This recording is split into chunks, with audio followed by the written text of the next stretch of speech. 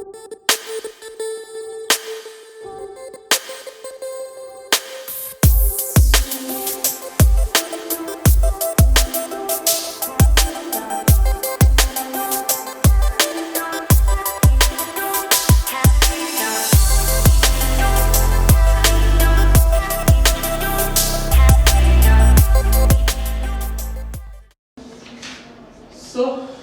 Example के बाद अब चलते हैं agricultural income. Agricultural income example के सेक्शन 10 सबसेक्शन 1 में क्या नाम था? क्या है वो? क्या है वो? एग्जाम्पल। अब एग्रीकल्चरल इनकम एग्जाम्पल है, बोल तो दिया। तुम भी अपना इनकम टैक्स डिटेल में 10 लाख रुपए इनकम गवर्नमेंट को टैक्स चाहिए दिया भाई, बोला एग्रीकल्चरल है, बोला तेरा कहाँ से एग्रीकल्चरल है, तू तो कपड़ा बेचता है। बोला सर एग्रीकल्चरल है, बोला कैसे? बोला गांव में कॉटन का खेती किए थे, उससे कॉटन आया, उससे धागा बनाए, धागा से कपड़ा बनाए, और उसी को तो बेच रहे हैं। तो किए क्या थे? खेती ना। बताना पड़ता भाई खेती का इनकम कहते किसको? तो कोई कुछ भी कर देगा खेती का इनकम। तो फिर एग्रीकल्चरल इनकम जब एग्जेम्प्ट है तो फिर सभी लोग सोचते थे कि एग्रीकल्चर इनकम के नाम पे दिखा देते हैं। तो एग्रीकल्चरल इनकम फिर गवर्नमेंट को या सरकार को क्या लगा भाई, इनकम टैक्स लॉ में इसे डिफाइन कर, नहीं तो लोग पागलों की तरह हरकत करना चालू कर देंगे। ये मेरा खेती का इनकम है, इस पे नहीं देंगे हम, तो उन्हें बताना पड़ रहा। And that is why section 2(1)(a) define किया गया है एग्रीकल्चरल इनकम किस तरह का है।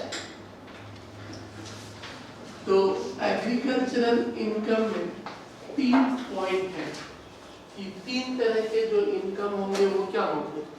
एग्रीकल्चरल इनकम, 3 तरह का इनकम। अब वो 3 तरह का इनकम में पहला, नाम से तो थोड़ा अजीब लगता है बट फिर भी, एनी रेंट, बोला रेंट एग्रीकल्चर, एनी रेंट और रेवेन्यू तो फिर भी चलो समझ में आता है कि जो सामान हो जो भी हो इनकम। एनी रेंट और रेवेन्यू डिराइव फ्रॉम, यानी एक तो वो वर्ड किया रेंट और रेवेन्यू, भाई किससे आया? Derive from the land situated in India used for agricultural purpose। मतलब एक जमीन जो एग्रीकल्चरल पर्पस में यूज हो रहा है और वो इंडिया में सिचुएटेड है। तो यही वो डेफिनेशन की लाइन थी कि विदेशों से जब भी कुछ मिला तो वो टैक्सेबल हो जाएगा। It should be from what? India। अब यहाँ पे मतलब समझ में आ ही जाएगा कि इस तरह के इनकम को भी क्या बोला गया? मतलब आपकी गांव में जमीन है ना, कभी तो पिताजी को खेती करते हुए नहीं देखी, सब तो यही रहते हैं। तो वो जो गांव की जो जमीन है, किसी को क्या क्यों दे क्या है, वो उस पे क्या करता है? खेती करता है। बदले में तुम्हें या तो पैसा देता है या कोई फसल दे देता है। फसल का शेयरिंग 3/4 मान लो वो रख लिया, 1/4 तुमको दे दिया। कहने को तो लोग अपनी अपनी भाषा में उस प्रोसेस को कुछ भी बोले।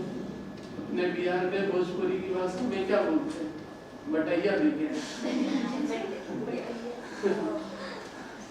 मतलब अलग अलग भाषा का जो भी कंट्रोल रहा हो, मतलब किसी को देखे है वो खेती करता है और वो आपको थोड़ी या तो फसल दे देगा या क्या करेगा, तो वो फसल काइंड हो या मनी हो, ये जो तुमको मिला उस जमीन का क्या है, बट वो उस जमीन पे क्या कर रहा है, एग्रीकल्चरल एक्टिविटी, वो भी जरूरी है।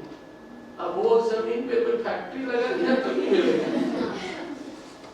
वो उस जमीन पे कोई फैक्ट्री लगाया तो नहीं मिलेगा, वो उस जमीन पे किसी एग्रीकल्चरल एक्टिविटी में इन्वॉल्व है।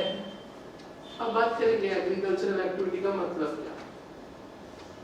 तो दैट इज एनी रेंट और revenue derived from a land situated in India and used for what agricultural purpose। एक तो ये था। अब दूसरा क्या था कि चल उसको किराए पे नहीं दिया, वो खुद ही कुछ कर रहा, क्या कर रहा, वो खुद कुछ कर रहा, ओन बाई ओन, खुद से। अब या तो हम करें या जिसको किराए पे दिए वो भी तो कर रहा है। तो अब बात होती है कि या तो हम करें या टेनेंट पे कोई भी उसको भी मिल रहा होगा। अब खुद की जब बात आई बाई ओन या बाई टेनेंट, तो उसके किस तरह के इनकम को एग्रीकल्चरल बोला जाएगा। तो अब एग्रीकल्चरल एक्टिविटी की कहानी से आके जुड़ गया कि एग्रीकल्चरल एक्टिविटी का सबसे बेसिक सच, आप एक मिट्टी का सहारा लेना और उस मिट्टी के सहारे जो भी बेसिक पार्ट है, जिसे कल्टीवेशन भी कहते हैं, खेती, बट वो कल्टीवेशन में किसका यूज, सॉइल का यूज। अब उस सॉइल, उस मिट्टी के सहारे आप उसमें बीज को बोते हो, वो फिर ग्रो होता है और फिर फसल उगने के बाद उसे काट लेते हो। तो एक सिंपल सी भाषा में एग्रीकल्चरल एक्टिविटी का मतलब यही ना, एक सिंपल सी भाषा में एग्रीकल्चरल एक्टिविटी का मतलब क्या, एक मिट्टी जिसपे आपने बीज को बोया, मिट्टी मैन्योर्स खाद जो भी आपने देने थे दिए, जरूरत पानी वाली, और फिर वो ग्रो हुआ, और ग्रो होने के बाद जब फसल पक के तैयार हो गई तो आपने उसे क्या किया, काटा, और काटने के बाद भी उसमें कभी कभार कुछ प्रोसेसिंग जरूरी है, क्योंकि यदि प्रोसेसिंग नहीं करोगे तो वो बिकने लायक नहीं होगा। बिकने के लिए there must be what, some processing. But पहली बार जब वो बिकने के लायक हो गया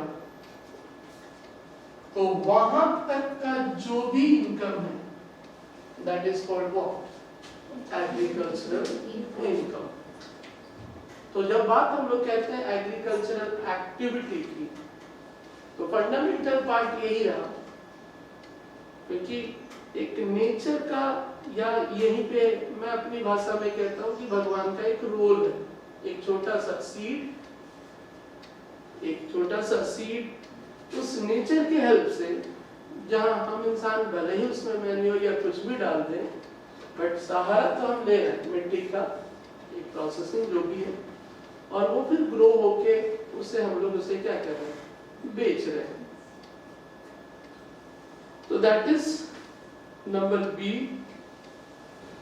any income derived from the land, such land by way of agricultural operation, including the processing of agricultural produce, raised, received as rent in kind, या तो खुद से उगाए हो या फिर किराए के रूप में मिला तो फिर उसमें प्रोसेस करके क्या कर रहे हो, बेच रहे होगे, so as to render it fit for the market or sale of such produce। Clear? तो खुद के द्वारा, टेनेंट के द्वारा जो भी एग्रीकल्चरल ऑपरेशन से कुछ आया, और उसको प्रोसेस करके बेचने के लायक बना दिए, तो कहानी यही था कि एग्रीकल्चर ऑपरेशन का मतलब ये जरूर होना चाहिए, तभी वो एग्रीकल्चरल इनकम होगा, नहीं तो लोग कुछ भी उल्टा सीधा बोल करके बोलते हैं एग्रीकल्चर इनकम। अदरवाइज गवर्नमेंट बोलते हैं ना, इस पे तो टैक्स नहीं दी क्योंकि वो एग्रीकल्चर इनकम। एक मनुष्य मेहनत करता है, अपने आप भी नहीं होता, कभी कभी केस में पड़ेंगे, कहीं कहीं अपने आप ही हो गया, गवर्नमेंट बोला हम तो लेंगे, तू नहीं उगाया था, तू जब तक अपनी मेहनत से नहीं उगाया तब तक तो हम उस पे मेहनत से उगाया तो छोड़ देंगे, बट जहां तेरे को फोकट का मिल गया, फ्री का मिल गया, तब तो हम ले लेंगे। तो खुद के ह्यूमन एफर्ट से, मतलब उस एग्रीकल्चरल ऑपरेशन कल्टीवेशंस की बात करोगे तो देयर मस्ट बी कल्टीवेशन। एक क्या जरूरत है, ह्यूमन एफर्ट तो चाहिए ना, ओके। तो that is agricultural operation. Operation खुद कुछ ना कुछ कर रहे हो, रेज रिड्यूस जो भी है, और उसके बाद उसे बेच रहे हो। तीसरा, यहाँ पे बिल्डिंग से रिलेटेड इनकम, बिल्डिंग रिलेटेड, यानी यहाँ जमीन नहीं है, तीसरा कुछ अलग पार्ट रहा, तीसरा कुछ क्या है, अलग पार्ट है। पहला खुद नहीं कर रहे थे, किसी को दिए किराए में कुछ मिला, दूसरा खुद किए या जिसको दिए थे वो किया, वो भी कमा रहा है, उसके लिए भी वो क्या होगा, कहीं नहीं लिखा है कि आप उस जमीन के मालिक होने चाहिए, कहीं नहीं लिखा कि आप उसके जमीन के मालिक होने चाहिए, आपकी जमीन होगी तभी आपके लिए एग्रीकल्चर होगा। लॉ है जिस तरह से डिफाइन हुआ उसी तरह से वो समझा भी जाएगा। तो C, any income derived from any land, तो ऊपर था, लेकिन यहां कौन सा वर्ड है, derived from any building, farm house and land situated in connection with cultivation of agricultural produce, दूसरी भाषा में उसे बोला गया फार्म बिल्डिंग, यानी एक बिल्डिंग से, एक फार्म हाउस से यदि कोई इनकम मिला, एक तरह से बिल्डिंग रिलेटेड इनकम, दूसरी भाषा में उसका नाम क्या दे दिया, फार्म हाउस, लेकिन उसमें एक वर्ड है, देखो कब इसका इनकम एग्रीकल्चर होगा, और वो वर्ड है utilise in connection with cultivation, मतलब आप उसे यूज कर रहे थे, utilise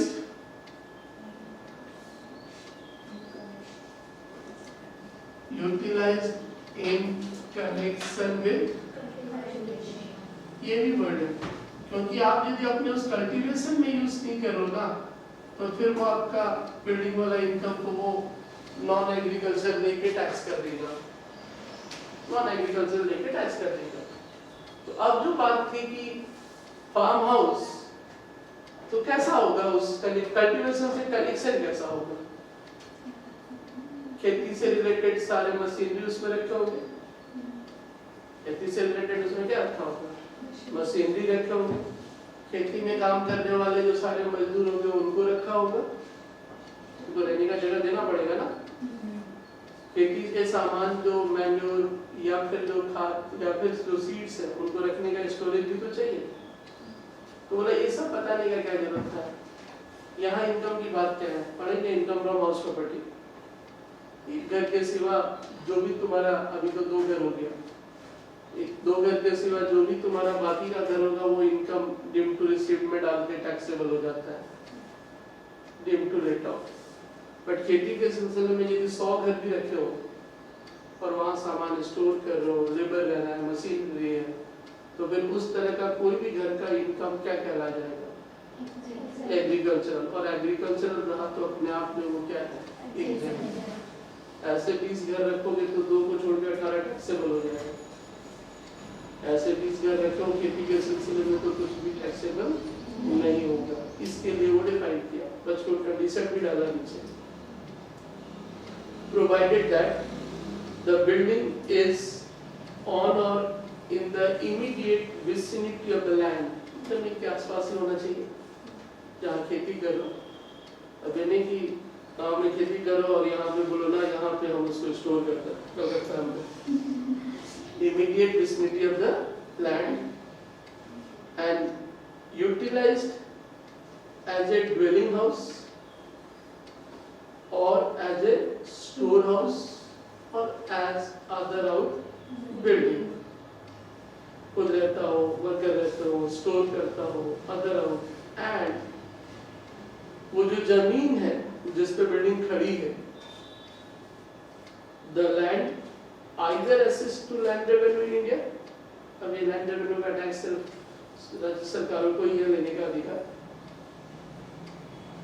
and land is not situated, और जमीन जिस पे बिल्डिंग खड़ी है वो एक सिंपल भाषा में शहर में या शहर से बहुत पास नहीं होनी चाहिए, शहर में और शहर से बहुत पास नहीं होनी चाहिए, मतलब गांव का घर रहा तो ही वो होगा। अब वो शहर में तो समझ में आ रहा, बट शहर के पास में नहीं होना चाहिए। तो शहर के पास की डेफिनेशन क्या है?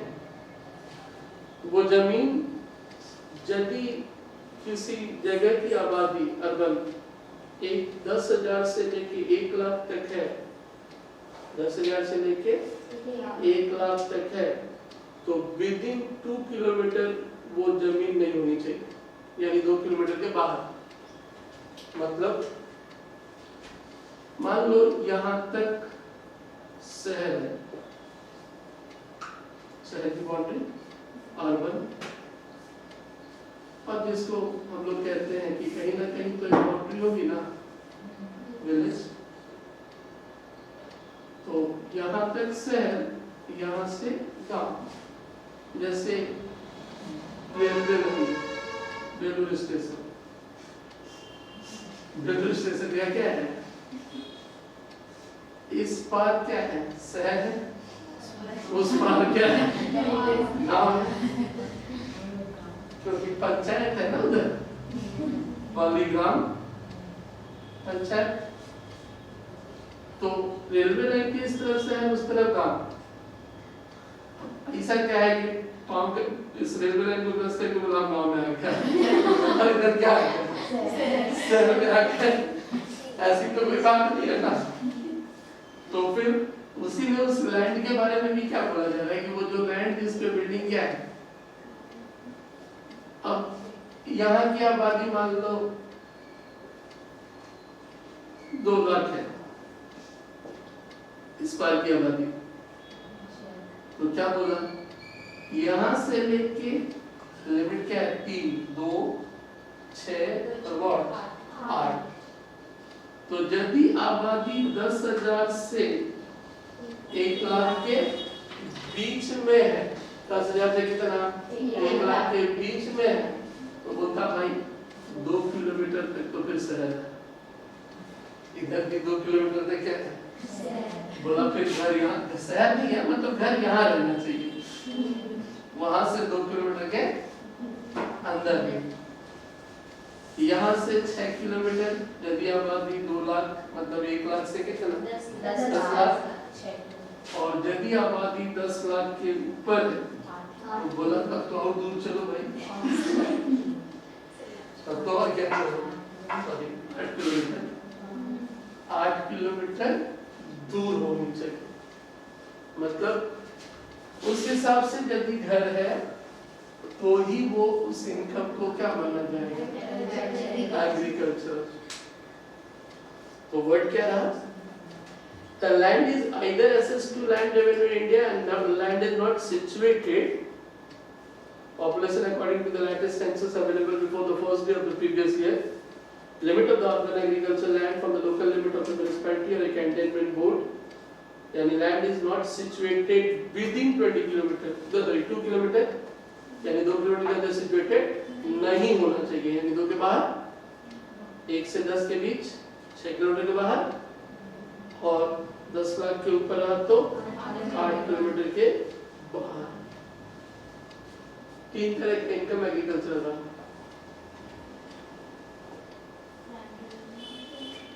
Internal revenue organise the agricultural operation से लाया, और तीसरा व्हाट बिल्डिंग से रिलेटेड, लेकिन बिल्डिंग से रिलेटेड और कुछ एक्सप्लेनेशन है। However, as per explanation 2 to section 2(1)(a), any derived income derived from any building or land situated in the immediate vicinity of the agricultural land and utilized for any purpose, including letting for residential purpose or for the purpose of any business and profession other than agriculture, falling under subclause A or B, shall not be the what? तो बात हो गई ना कि आप यदि agriculture related part से use नहीं करते हो तब तो वो तुम्हारा क्या हो जाएगा, नॉन एग्रीकल्चर इनकम यानी टैक्सेबल हो जाएगा, फिर वो एग्रीकल्चर नहीं। क्लियर? अब समय के साथ साथ इस इनकम को लेकर बहुत सारे झगड़े भी हुए मतलब डिपार्टमेंट और जो पर्संस थे उनके बीच, एसएससी के बीच। तो लास्टली बहुत कुछ निकल के आया, उसमें से एक निकल के क्या आया, मान लो तुम इस लॉकडाउन के दरमियान अपने घर में बहुत सारा एलोवेरा का खेती किया गमला में, ये ना एलोवेरा का खेती किया और फिर उसको बेचना भी क्या किया, चालू कर दिया भाई, 50 रुपया 100 रुपया करके क्या किया, बेच दिया। अब जब इनकम हुआ डिपार्टमेंट आके पूछा भाई टैक्स दे, तो तुम क्या बोला कि सर ये कौन सा इनकम है, इस बात का टैक्स बोला, तेरा कैसा एग्रीकल्चर है, बोला आप एग्रीकल्चर का डेफिनेशन क्या दिया है, चलिए उसी पे अपनाते हैं। एक जमीन जिससे मैं एग्रीकल्चर ऑपरेशन में क्या कर रहा हूँ, बीज तो डाला था, फिर उसको धीरे से ग्रो किया और फिर बेचा, तो तुम्हारे डेफिनेशन से मैंने कहाँ को चला किया, सारा प्रोसेसिंग तो किया ना, भले ही वो मैंने गमले में किया, भले किसमें किया, गमले में किया, वो गमला लैंड बोल लो जो भी बोल लो वो तो था यही पे ना, तो फिर हम तो कहीं जाके इंग्लैंड से करके नहीं लाया, तो फिर वो भी तो एग्रीकल्चर के डेफिनेशन से पूरा मैच करता है, तो क्यों नहीं होगा भाई। कहाँ लिखे हो कि जमीन का मतलब एकदम अर्थ से सटा हो, मिट्टी के कुछ अंश को लेके मैंने वो सारे प्रोसेस को क्या किया, तो सिंपल भाषा में ये लोग करते क्या है, ये ना नर्सरी जो पेड़ पौधे बेचते हैं, उस गमले में क्या करते हैं, प्लांट ग्रो करते हैं और फिर उसको क्या करते हैं, बेचते हैं, तो फिर तो ये भी एग्रीकल्चर और ऑब्वियसली लॉ है, डिफाइन आपने किया और डेफिनेशन के हिसाब से मैंने सारे कंडीशंस को क्या किया, तो किया ही है भाई, तो क्या था, that is as per explanation 3 to section 2(1)(a), income derived from sapling or seedling grown in a nursery shall be deemed to be the what, sapling और seedling, वो पेड़ भी बेचते हैं, बीज भी सीड्स भी बेचते हैं, तो ये सारा तो एग्रीकल्चर रहा।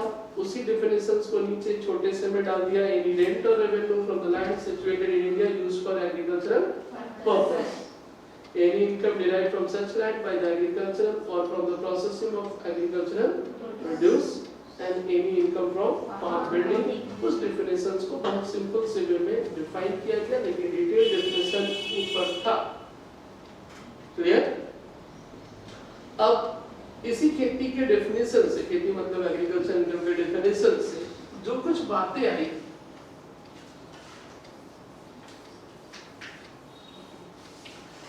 मान लो इस लॉकडाउन के दरमियान आपने और एक इनकम किया, क्या, 3 सागर आम बेचे, मैंगो बेचे, मैंगो बेच करके बहुत कमाए, फिर डिपार्टमेंट बोला भाई टैक्स दे, बोला एग्रीकल्चर है, बोला भाई आम बेचना एग्रीकल्चर कैसे हो गया, बोला मैंगो के मेरे पास बहुत सारे क्या है, पेड़ तो है, और अपने पेड़ पे ही सारे मैंगो हमने क्या किए, ग्रो किए और उसको बेच के कमाया था एग्रीकल्चर है। मिट्टी तो वहां भी है, वो पौधा छोटा हो या बड़ा हो, है तो वो प्लांट ही ना, ट्री। अब वो कुछ भी हो, और वो भी तो मेरे ह्यूमन एफर्ट के कारण ही क्या हुआ, एग्रीकल्चरल एक्टिविटी तो वहां भी लगता है, और उसे तोड़ के सिंपली बेचा, ऑब्वियसली एग्रीकल्चर है।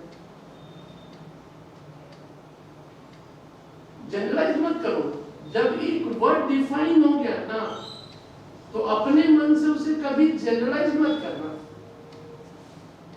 आपने जो डेफिनेशन दिया, मेरा हर एक बात वहां पे मैच कर रहा है, खत्म। मैंने एक एफर्ट डाला, साल भर ऐसे ही नहीं होता भाई, मेहनत तो लगता है ना, मेहनत लगता है, लोग लगते हैं, खाद लगते हैं, उसका तैयारी तो करना पड़ता है, तब जाके वो मैंगो ग्रो हुआ। तो फिर अब ऐसा नहीं कि सिर्फ धान और गेहूं की खेती ही खेती कहलाती है, ऐसा नहीं है। आप किसी भी चीज की खेती करो, कर क्या रहो, एग्रीकल्चर, कर क्या रहो, एग्रीकल्चर। डज नॉट मैटर, ये मत सोचना है कि सिर्फ अनाज की खेती ही खेती है। इसलिए मैंने कहा था कि आपकी खेती के मतलब एग्रीकल्चरल ऑपरेशन का डेफिनेशन उसने कौन से वर्ड से डाला, कल्टीवेशन। इट्स नॉट कि वो 3 महीने का प्रोसेस होगा, it may be of 20 years का प्रोसेस भी होगा, एक 20 इयर्स का प्रोसेस भी होगा। तो वो 3 महीने का ही प्रोसेस वाला कल्टीवेशन कहलाता है, ऐसा नहीं है। बहुत लोग बहुत सारे पेड़ लकड़ी के लगाते हैं और 10, 15, 20 साल के बाद उसे क्या करते हैं, बेच देते हैं। But they are also doing what, अब वो सजावट का कोई सामान हो, दवा वाला प्लांट हो, मेडिसिनल प्लांट भी बहुत सारे लगते हैं, या डेकोरेटिव कुछ सजाने के बाम्बू सारे भी तो पेड़ लगाने पड़ते हैं ना, जैसे कि वो डेकोरेशन हो। तो दैट इज कुछ भी, सारा का सारा खेती कहलाता है। नीचे वही है, एग्रीकल्चर वुड आल्सो इंक्लूड या would include horticulture, floriculture, arboriculture and silviculture, and it will include the raising of groups, plantation, raising of grass or pastures. It would extend to cultivation of all commodities of food like sugarcane, coffee, mango, artistic and decorative value like flower slippers, housing value like bamboo, timber, fuel value, medicinal and health value. And agriculture income would however cover only those income which are derived from human effort. किसी भी तरह का income। अब इन सब definitions के बाद income tax act में 2 तरह के क्वेश्चंस आपसे पूछ लिया जाता है इस चैप्टर में, या कभी उस लेके घटनाएं भी होती।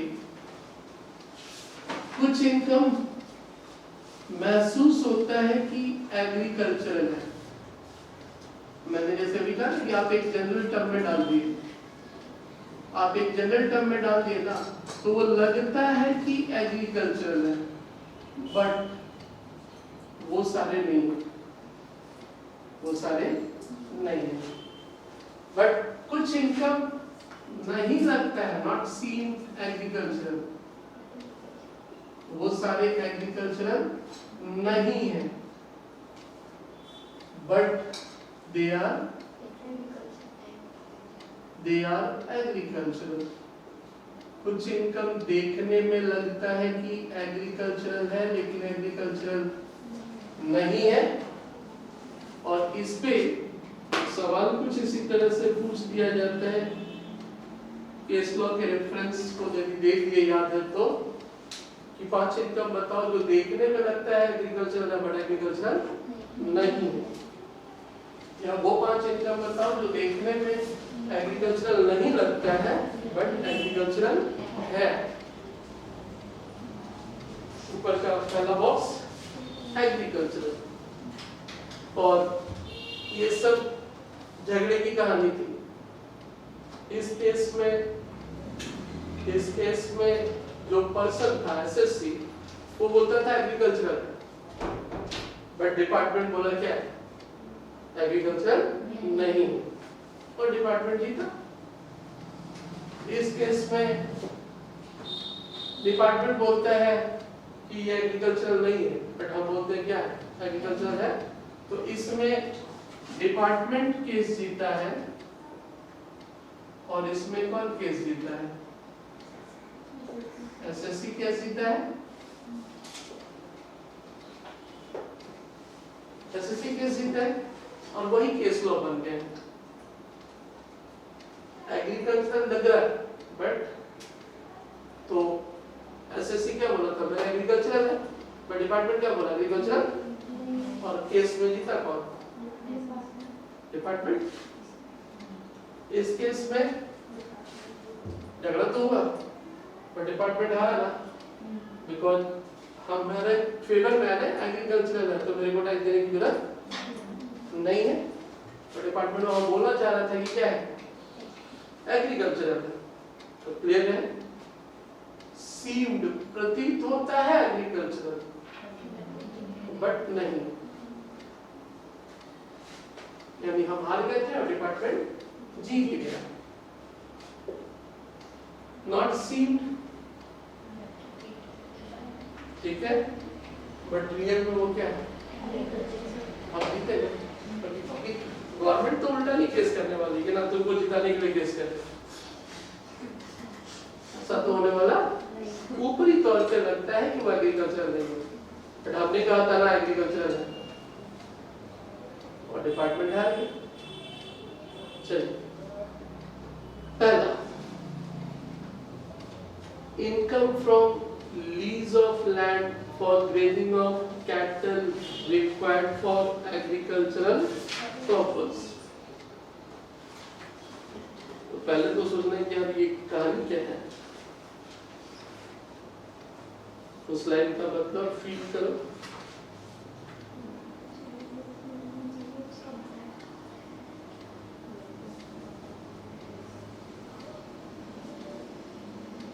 मतलब जो गाय भैंस को चरने के लिए जमीन दिया जाता है ना उसका भाड़ा। बहुत बढ़िया, देख लो कितना बड़ा इनकम। डिपार्टमेंट पूछा भाई 10 लाख रुपया तुम कमाया टैक्स का नहीं दिया, बोला एग्रीकल्चर है, बोला कैसा एग्रीकल्चर हो गया 10 लाख। तू तो मिस्टर एक्स से लिया था और वो इनकम क्या था, गाय भैंसे क्या करती थी तेरे एरिया में आके चलती थी और साल भर का तुमसे कितना ले लिया 10 लाख।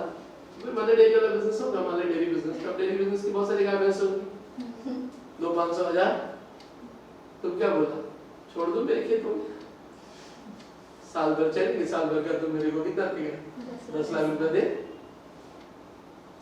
अब डिपार्टमेंट बोला कि तुम्हारा एग्रीकल्चर नहीं है, तुम बोला एग्रीकल्चर है, बोला तुम्हारा कैसा एग्रीकल्चर हो गया, तो तुम क्या बोला घास का खेती आप किए थे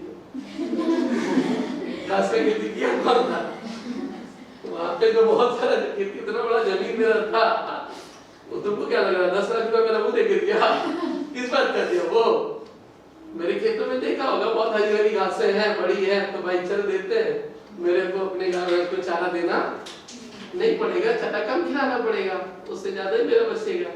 तो 10 लाख रुपए मेरे को जो घास का मिला वो घास का मैंने क्या किया था, खेती वेती किया था भाई,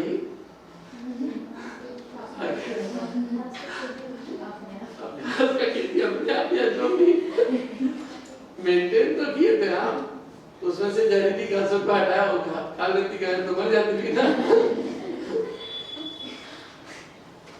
नेक्स्ट नाम भी देख लेंगे इसका, सीआईटी वर्सेस आरपी रे सबसे जंग बहादुर ये जीते हैं। दूसरा salary by an active partner from a firm whose income, entire income is derived from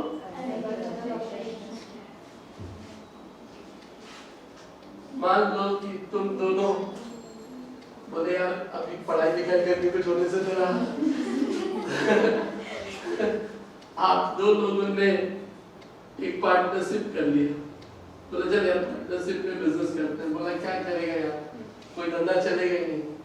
बोला चल खेती करके अनाज क्या करेंगे, उगा करके बेचेंगे, वो तो चलेगा ही। बोला ठीक है चल, अपने पास तो जमीन नहीं है, दोनों मिलके क्या करते हैं, खेती करते हैं। तो पार्टनरशिप में क्या करना है, खेती। अब 10 लाख रुपया प्रॉफिट हुआ, सैलरी के तौर पे 3 मान ले 2 लाख रुपया पीएल अप्रोप्रिएशन ये भी ले लिए। डिपार्टमेंट बोला नॉन एग्रीकल्चर, बोला भाई करके क्या थे हम लोग, वही तो बटा है, वही तो यानी पार्टनरशिप का पूरा काम खेती था, तो उसका पूरा इनकम एग्रीकल्चर है और वही हम लोग डिस्ट्रीब्यूट किए हैं। तो वो इनकम भी क्या होगा, salary by an active, sleeping नहीं। बोला तू तो सो रहा था, तू कब तक खेती कर रहा था भाई, स्लीपिंग पार्टनर तो खेती नहीं कर रहा था, बाय एन एक्टिव पार्टनर जिससे वो सैलरी मिला है। It was CIT versus Chidambaram. 3. Interest on capital by any partner whose entire income is derived from agriculture, ये तो अभी समझा। अब वही पार्टनरशिप का प्रॉफिट सैलरी के रूप में बटे, इंटरेस्ट के रूप में बटे, बट सैलरी के लिए एक्टिव पार्टनर, इंटरेस्ट के लिए एनी पार्टनर, वो स्लिपिंग भी रहेगा तो चलेगा। CIT versus ML Mahindra. 4. Sell of trees replanted in forest and subsequent operation, के पास जंगल हो गए जहाँ पे आपने पेड़ों को लगाया था और बाद में उसे क्या किया, बेचा। CIT versus Vinay Kumar Saha Roy. Compensation received from insurance company for damage of an agriculture, फसल पूरी तैयार हो गई थी बट अचानक आग लग गई, सारी जल गई, बट हमने इंश्योरेंस कराया था, इंश्योरेंस से क्लेम मिला।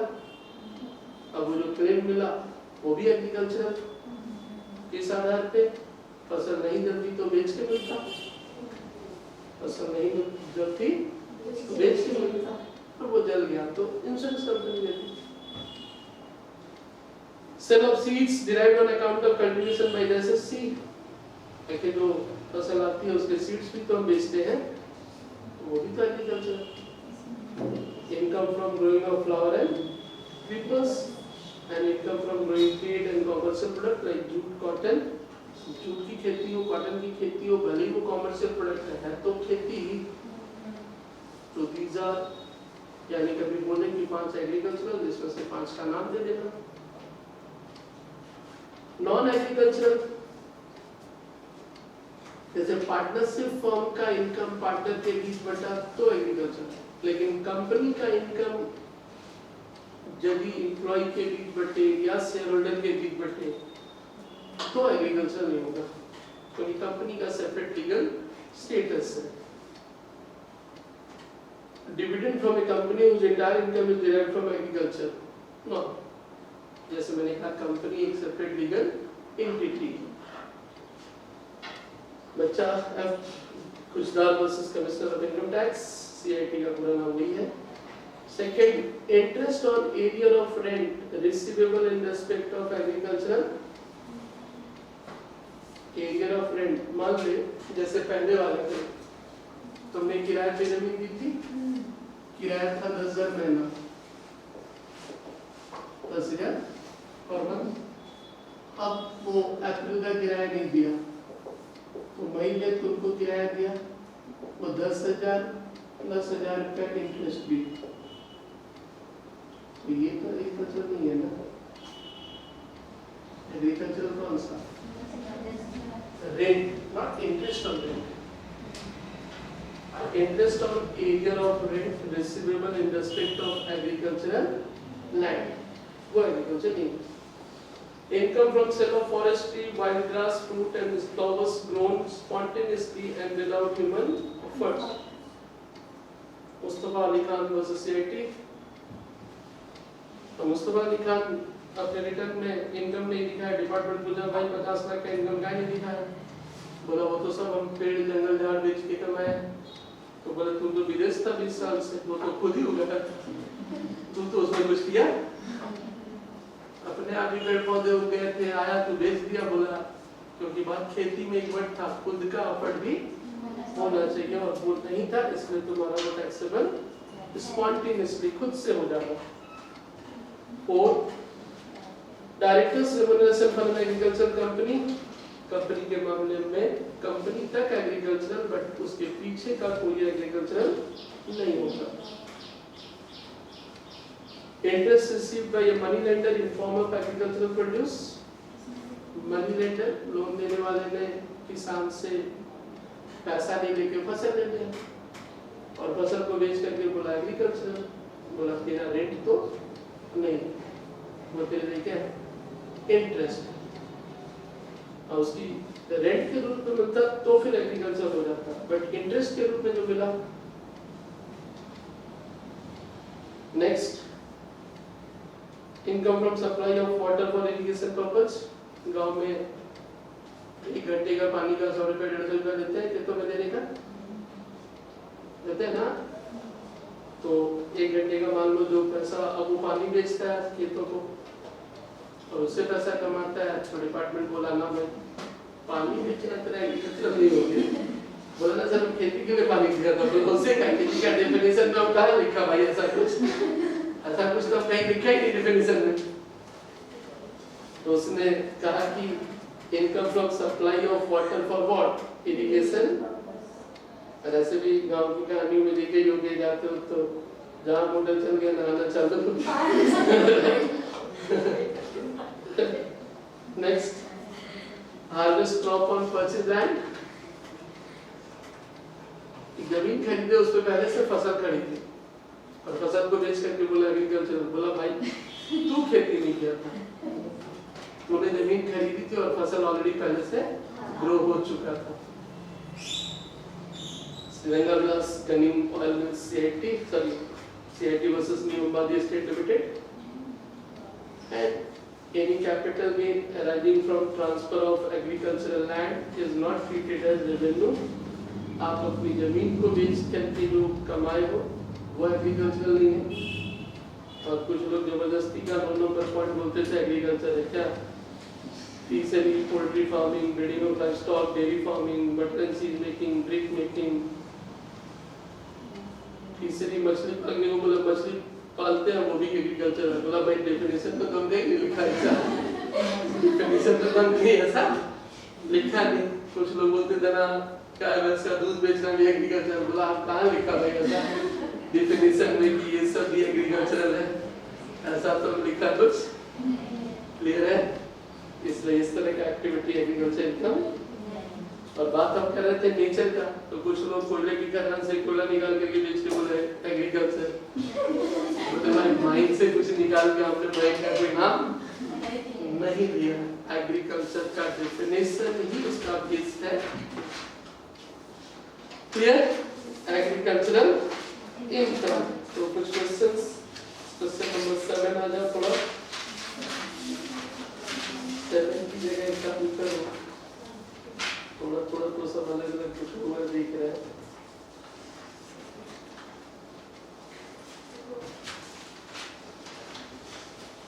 काम करो उसमें आ जाओ। 34 treatment of partly agricultural and partly non agricultural. Tax किस पे नहीं देना? एग्रीकल्चर। अब एग्रीकल्चरल पे देना नहीं है तो एग्रीकल्चर का डेफिनेशन समझ में आ गया कि खेती से जो किए हो। तो कल्टीवेशन खेती करना और उसको सिंपल प्रोसेस करके क्या करना, उतना ही प्रोसेसिंग करना जितना से वो बेचने लायक बन जाए, जितना से वो बेचने के लायक बन जाए। लेकिन बहुत सारे ऐसे सामान हैं जिसमें हेवी प्रोसेसिंग की जरूरत होती है और हेवी प्रोसेसिंग के बिना वो बेचा नहीं जा सकता, बिकता नहीं है। और यहीं पे वो डिस्प्यूट अराइज हो जाता है। कुछ ऐसी फसल है जहां सिंपल प्रोसेसिंग की जगह वो हैवी प्रोसेसिंग का रिक्वायरमेंट आ जाता है। तो ऐसी परिस्थिति में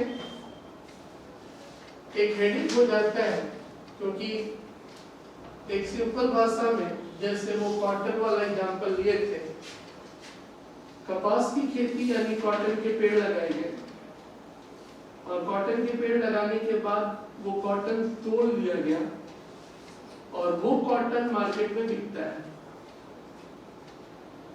उसके बाद उस कॉटन से धागा बनाना, तो धागा वाला इनकम तो नॉन एग्रीकल्चर हो गया, बट वो जो कॉटन यानी कपास के पेड़ को बेच दिया गया, जैसे बंगला में तुलो कहते हैं, उसको जो बेचा या जो भी था, तो उसको जो बेच दिया गया, वहां तक का जो पार्ट था वो क्या हुआ? एग्रीकल्चर। तो यदि आप सरसों की बात कर लो, अब सरसों जहां तक था वहां तक तो एग्रीकल्चर ना, अब तुम मस्टर्ड ऑयल को भी बोल दिया ना ये भी एग्रीकल्चर। भाई मस्टर्ड ऑयल तो उसके बाद मिल में प्रोसेसिंग का काम। तो जहां तक सरसों आपने कहा वहां तक एग्रीकल्चर, बट मस्टर्ड ऑयल अपने आप में क्या हो जाएगा? Non agriculture. तो कुछ सामान तो है, लेकिन कुछ सामान ऐसे है ना कि यदि वो सीधे सीधे बेच दिया जाए तो कोई खरीदेगा ही नहीं। बोलेगा हम चाय पत्ती का क्या करें, बागान से ही चाय पत्ती को तोड़ करके क्या दिया जाए, बोला लो ये हरा हरा चाय पत्ती तो हम करेंगे क्या भाई? वो तो काम नहीं दिया गया। और चाय के बागानों से वो चाय की पत्तियों को तोड़ के बेचा तो जाएगा, लेकिन बेचने की जब बात आएगी तो खरीदेगा ही नहीं। इसीलिए तो सारे चाय बागानों का अपना प्रोसेसिंग है और उसे पूरे का पूरा चाय में डाल करके ही उसे क्या कर रहे हैं? बेच रहे हैं। तो फिर वो सिंपल प्रोसेसिंग की जगह क्या होगा? मतलब एक तरह से जो एक्टिविटी है एग्रीकल्चरल भी है और नॉन एग्रीकल्चरल। दूसरी भाषा में दोनों कंबाइंड है, जिसको हम लोग इंटीग्रेटेड भी कह सकते हैं। और चाय बागान वाला उसे ही ग्रो भी करता है, यानी एग्रीकल्चर एक तरह से up to the stage of what? Growing. और नॉन एग्रीकल्चर की बात करें तो वही चाय बागान वाले की फैक्ट्री भी है, तो ग्रोइंग के साथ साथ वो क्या करता है? अब जब दोनों करता है तो बीच का इनकम तो निकालता नहीं। वो बोलता है भाई दोनों मिला के मेरा टोटल इनकम 10 लाख। अब इनकम टैक्स में प्रॉब्लम हो गया, कितना एग्रीकल्चर कितना नॉन एग्रीकल्चर। अब पूरा एग्रीकल्चर नहीं है, ये बात मैं बोला पूरा एग्रीकल्चर तो नहीं बनेगा, लेकिन बीच के स्टेज में वो बेचने लायक हो ही नहीं रहा ना। जैसे कि एक प्रोडक्ट है बीच के स्टेज में बिकता है, बीच के स्टेज में जो बिकता है उसका नाम क्या? गन्ना। तो गन्ने का एक कीमत होता है ना, जब वो खेतों से निकला तब तो उसकी कीमत है, उसके बाद तो उसे प्रोसेस करके क्या बनाया जा रहा है? चीनी बनाया जा रहा है।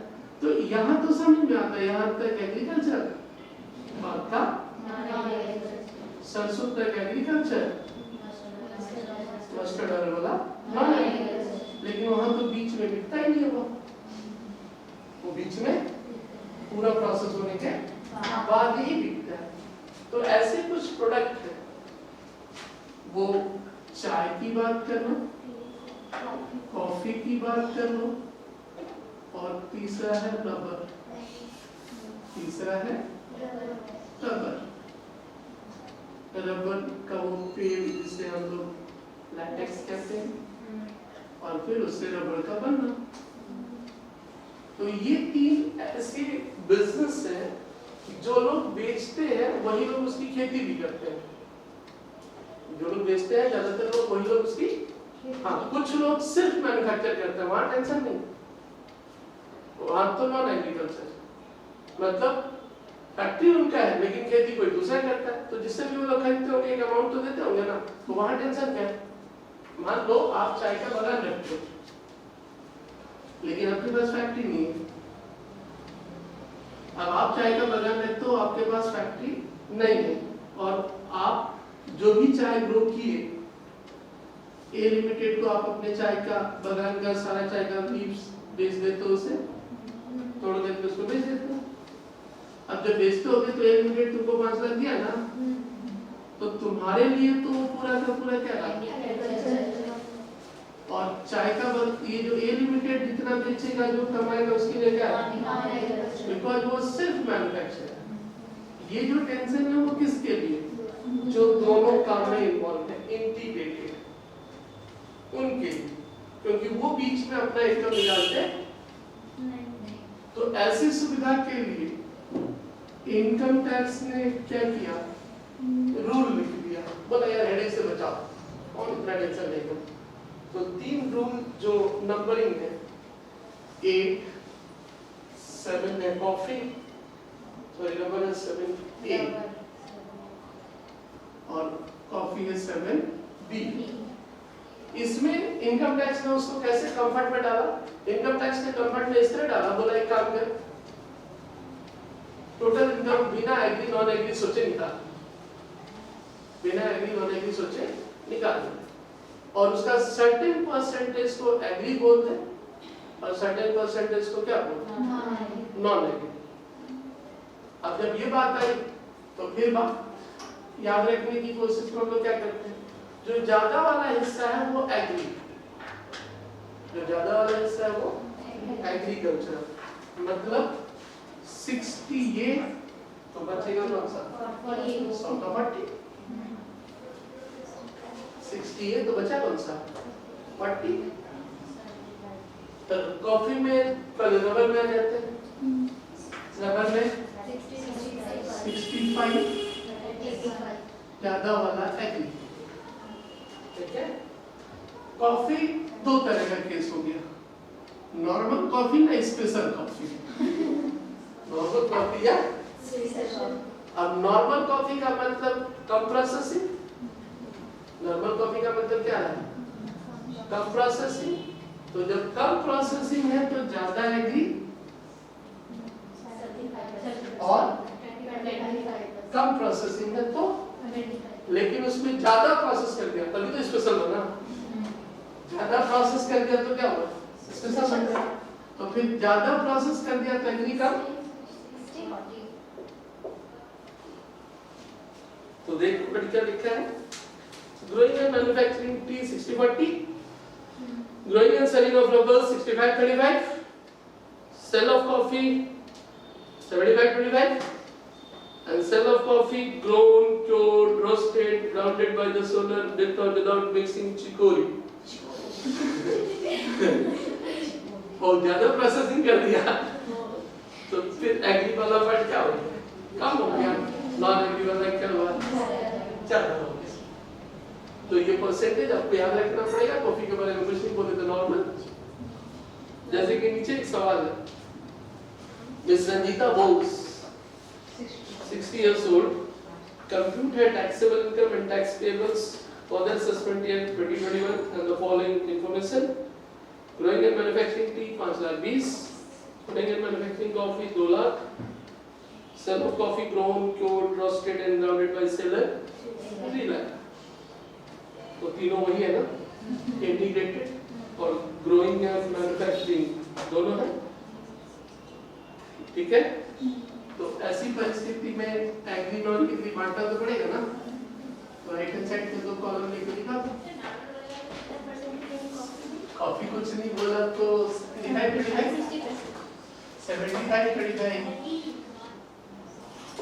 पहला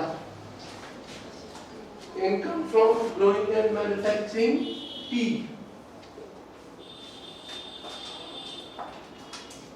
टोटल का भी कॉलम लेना चाहते हो तो ले लो, लेना टोटल नहीं सर, आगे ड्रॉ करके तो चुके हो तो साइड में ले लो, इस तरफ ले लो, क्या दिक्कत है,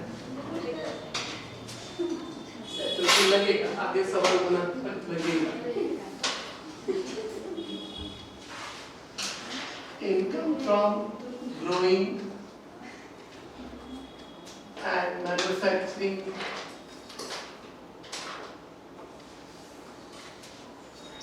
tea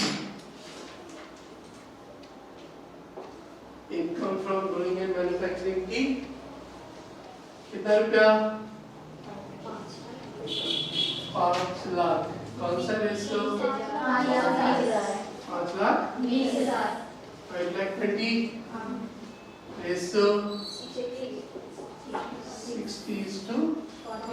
3,12,000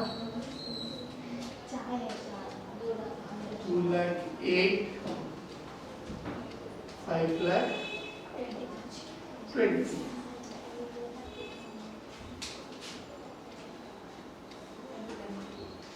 टोटल नहीं भी होता तो चलता, लेकिन एक पार्ट सवाल का भी करेंगे, दूसरा पार्ट तो टैक्स कैलकुलेशन के बाद बताऊंगा।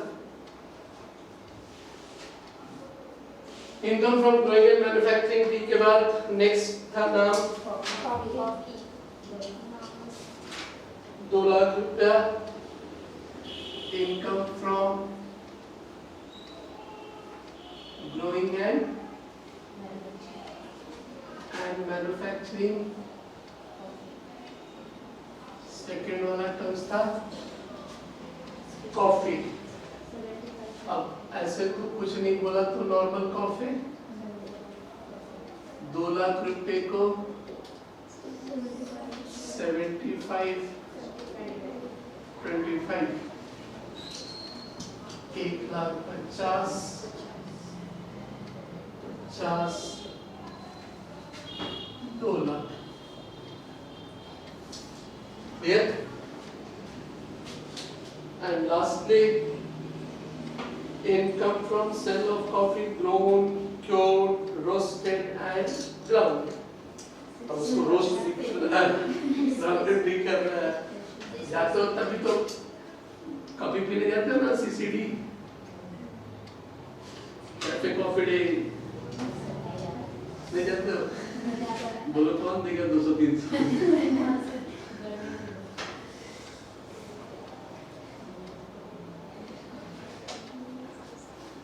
इनकम फ्रॉम पूरा नाम ही लिख लेते हैं, coffee grown cured, roasted and grounded by seller. and grounded। सभी कुछ वही कर रहा है, ग्रोन भी, cured भी, grounded भी, roasted भी। कितना रुपया? 3 लाख 3 लाख। 60/40 क्लियर है? 1,80 1,20 टोटल 3 लाख।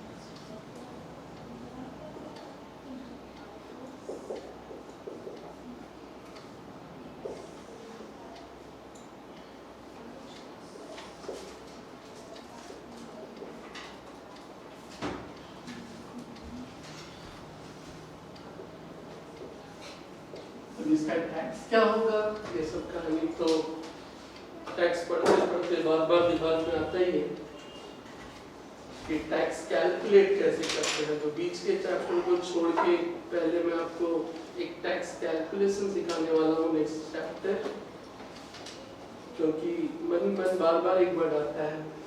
टैक्स पढ़ते पढ़ते जैसे इस तरह का कैलकुलेशन करोगे, मन से एक बात आती है, यार टैक्स कितना देगा ये।